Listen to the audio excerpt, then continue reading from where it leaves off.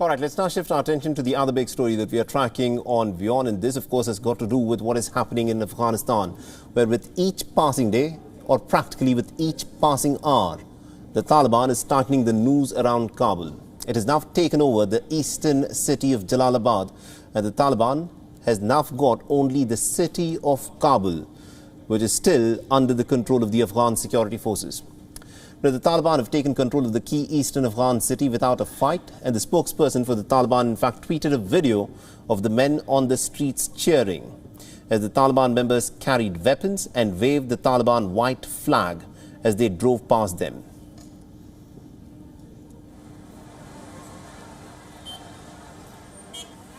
Now, Jalalabad, remember, is the capital of the Nangarhar province, and with this, the encirclement of Kabul is practically complete. The Taliban fighters have also captured the key and the last government stronghold in northern Afghanistan, which is the capital of the Balkh province. The city of Mazar-e-Sharif surrendered to the Taliban without offering a fight. This, remember, is the fourth largest city in Afghanistan. It previously was regarded as an anti-Taliban bastion. It is a huge gain for the Taliban to actually capture Mazar-e-Sharif without even a fight. Reports say that there was little resistance from the Afghan forces, and the warlords who were loyal to the Afghan forces, such as Abdul Rashid Dostum and also Ata Muhammad Noor, who had led a militia resistance in the city to support the Afghan government forces, fled to Uzbekistan, about 30 kilometers to the north. Muhammad Noor later tweeted that he and his men had been betrayed by the Afghan security forces, since all the government and the defense equipment was handed over to the Taliban, and therefore they too had to defect to the Taliban. There are several strategic reasons as to why the control of Mazar-e-Sharif is very important. Remember, Mazar-e-Sharif was not easy for the Taliban to win the previous time that it ruled. It had won control of Mazar-e-Sharif in 1997, but then the Taliban lost Mazar-e-Sharif within a span of a week and had to wait for more than a year to reconquer it in 1998. Mazar-e-Sharif is in proximity to three neighboring nations, Turkmenistan, Uzbekistan and Tajikistan, and the inhabitants of the city are predominantly Uzbeks and Tajiks besides Turkmens. Mazar-e-Sharif is located in one of the most fertile regions of Afghanistan. It produces cotton, grain and fruit. The main industries include flour mill and also the manufacturing of silk and cotton textiles. The region is connected by road and also by air with Kabul, which is just about 200 miles to its southeast. It is the country's chief transit point for Central Asian trade.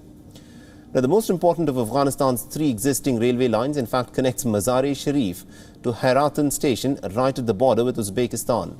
The line is currently run by the Uzbek Railways and connects with the rail network of Uzbekistan that in turn connects to Russia. Mazar-e-Sharif's airport is also used by the NATO-led forces, including the Afghan Air Force. Consultations with everyone within the government, with elders. The President Ashraf Ghani had travelled to the city just days ago. The loss of Mazar-e-Sharif is a huge blow for the Ashraf Ghani government and also his forces. Just hours before the fall of Mazar-e-Sharif, the Afghan President Ashraf Ghani had addressed the nation and he had vowed to prevent further bloodshed. 26 out of Afghanistan's 34 provinces have already fallen in the hands of the Taliban. Now, what you're looking at on your screens are the areas that are under Taliban's control. The provinces of Balkh, Faryab, Paktika, Patkia and Kunar are the latest to join the list. US President Joe Biden has also ramped up efforts to safely evacuate American personnel and other allied personnel. Approximately 5,000 US troops have been deployed for the same. Joe Biden has also warned that any action on Taliban's part on the ground that puts American personnel at risk will be met with some swift and strong US military response, as the Americans are beating a hasty retreat out of Afghanistan. And also, American Secretary of State Antony Blinken reportedly spoke with Afghan President Ashraf Ghani about the developments in the country. According to the US State Department, the Secretary of State emphasized America's commitment to some kind of a strong diplomatic and security relationship with the government of Afghanistan under Ashraf Ghani, provided that the government even survives. Secretary Blinken will also be engaging with key regional stakeholders as well. And WION's correspondent Anas Malik has been travelling through Afghanistan and he has sent us this report from Kabul. Listen in. Well, situation continues to deteriorate in Afghanistan, with Taliban claiming to have captured the capital of the province of Nangarhar, that is towards the east. There is a fight that is ongoing in southwest as well, in the province of Wardak. Last night we saw the shocking fall of Mazar-e-Sharif, the fourth largest city of Afghanistan, and by and large there is a general sense of growing insecurity. We are seeing large IDPs influx towards the city of Kabul. Hotels have ran out. There are no rented properties that are available. We're seeing that people, when you go to those camps, they would look at you that as if you are some relief worker.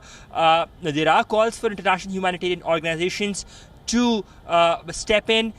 We saw last night that there was a power blackout as well, and after that we heard helicopters as well. There are reports of a US airstrike near Wardak. Those reports have not been officially confirmed by the authorities, but locals say that there were airstrikes that were conducted near Kabul. So the fighting continues. In the past 24 hours, the Afghan government has claimed that it has killed more than 200 plus Taliban men, a claim that has been rebutted by the Taliban spokesperson. Anas Malik in Kabul, Afghanistan for WION World is One. WION is now available in your country. Download the app now and get all the news on the move.